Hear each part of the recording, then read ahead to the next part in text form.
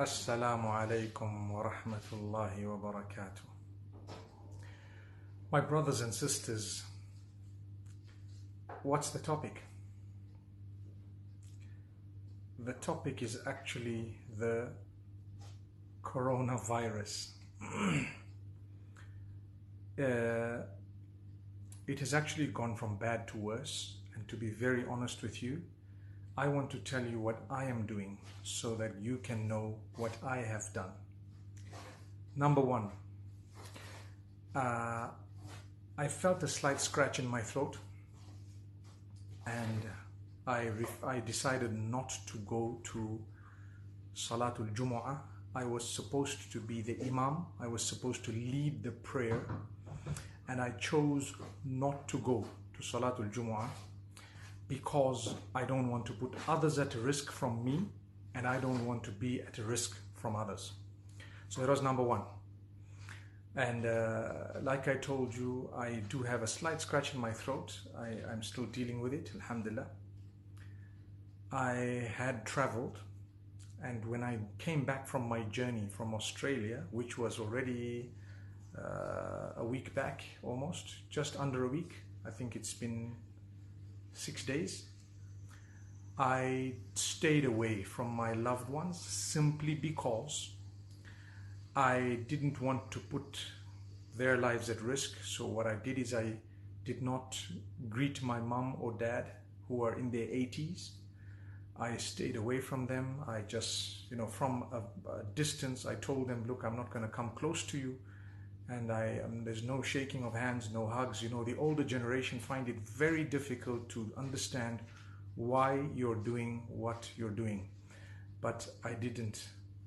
After that, I have not been to the masjid. I must tell you that I have not been to the masjid. And I practice what I preach. I've just learned that the situation is across the globe is far worse. Notice my tajweed. There is a mad. The mad lazim has sitta harakat, meaning 6 letters. It is far worse than we initially thought it was. I've witnessed many countries, and it's just spiraling, and people are not taking it seriously. So I'd like to be a person who goes down in history from among the Muslims who very strongly told the Muslimin not to go to the masjid.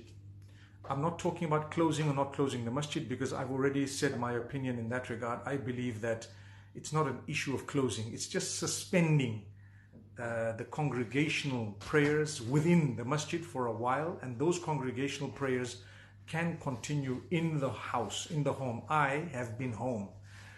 I have come out only for necessity. That's what I believe. I haven't come out of my motor vehicle when I've been places. And now I'm in my home, I'm in my yard, and that's it. I have, you can call it what you want, self-quarantine. I'm in a country where the first case was only discovered yesterday, was confirmed yesterday, but I believe that there are so many people with the symptoms. And I do think that, we're going to lose a lot of a generation. Perhaps many of our loved ones. May Allah make it easy for us. It's very difficult for me to say this. I think we're going to lose a lot of our loved ones before Ramadan. I have a feeling the whole world is going to change completely, totally. We're going to have to embrace this whole new way of looking at things. I think a lot of the scholars who are not being hard enough are making a big mistake. I think so. I'd like to go down on record for that, because we'll only know what I'm saying in about 4 weeks from now. I think the burial committees of the Muslims need to start preparing very, very drastically for hundreds of people, and I think we're going to need to do that. I'm giving you my thoughts based on sound knowledge. When I say sound knowledge, I mean I've been reading very, very much. I've had sleepless nights reading, checking, verifying, speaking to some of my friends who have coronavirus, COVID-19.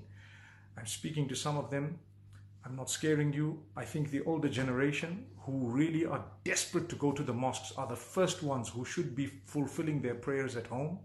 They are high risk. I think keep your children at home.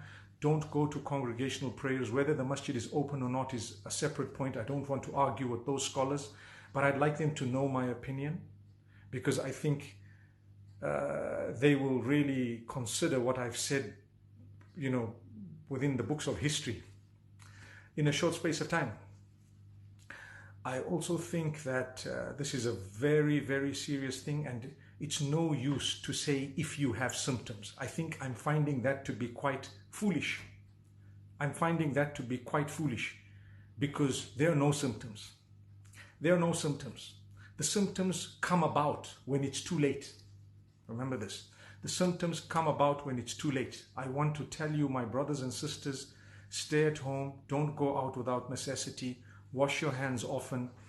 Put on your mask if you have one when you're going out. Put on your, something that covers your eyes. It actually enters through the eyes, the nose, and the mouth. I may be affected. I have a very, very slight doubt.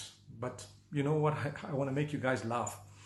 When, I have a problem. What's the problem? If you say don't touch your face, it starts itching here, it starts itching down there. I feel like scratching, my nose starts itching. I don't know if it happens to you guys. If I say don't touch your face, not at all, you become more conscious of it.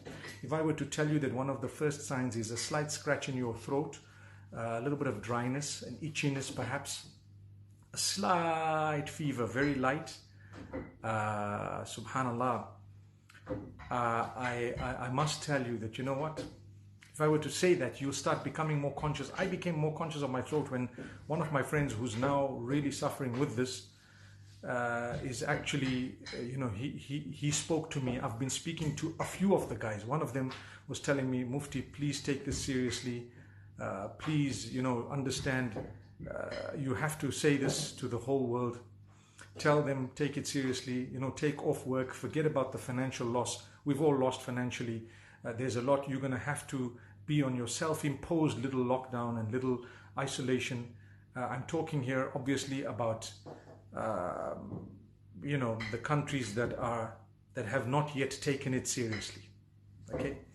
I feel very sorry for us within some of the African and third world countries, because when I watch Italy and when I watch America and the other advanced countries, and I look at how even in the UK, and apparently the UK is very, very serious, I sit and think these are first world countries who are saying we cannot cope. I really don't want to see 2-3 weeks from now when the third world countries forget about not being able to cope, but it's going to be worse than we can imagine. Like I said, the burial committees, please start making arrangements for many more deaths than you actually think. And I'm not being a prophet of doom, I'm just letting you guys know.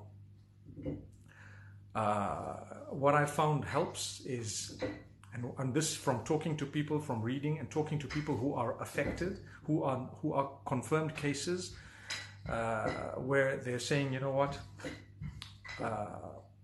salt water, hot salt water gargles, because obviously it starts off at the throat.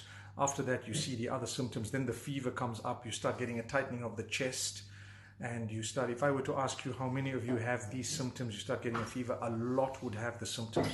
I thought, let me just speak to you guys. Somebody's saying, be careful to me. I'm asking you guys to be careful. Really, take it seriously. Your older people, just impose a curfew on them. Forget about what they say. Sitting and watching Wuhan and how in some parts of China, initially they had to force the guys off and make sure that they told them, listen, you're not moving. And that's when it helped. So I just take it seriously.